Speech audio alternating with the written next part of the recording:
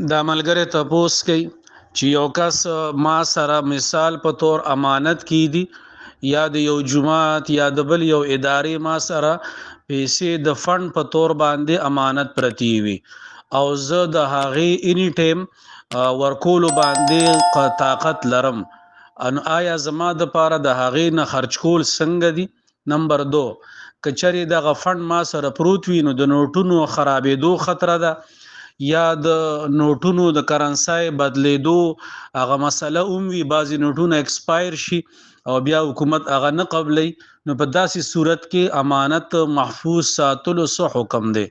نو جواب داده چې یو خبره خدا ده چې نبی اکرم صلی الله علیه وسلم حدیث کې فرمایلی دي چې مال سحر راتلون کې دی ما خام تلون کې دی ما خام راتلون کې دی سحر تلون کې دی. دا خبره کول د یو انسان د پاره چې زه د دې امانت په ادایګۍ باندې اني ټیم قادر یم اگر چې انسان خپل موجوده حالت ته ګوري نو دا خبره کوي خو د مستقبل د حال نه الله تبارک وتعالى عالم دی. نو یو خدا خبره ذهن کې خودل پکار دی چې ضروری نه د یو سړی دی امانت ولګي او بیا د هغه د ادایګۍ په وخت کې د هغه طاقت هم لري خدای مکه داسې حالاتو کې راګیر شي چې هغه بیا د هغه طاقت نه لري. نمبر 2 کما چې د نوټونو خبره ده نو بالکل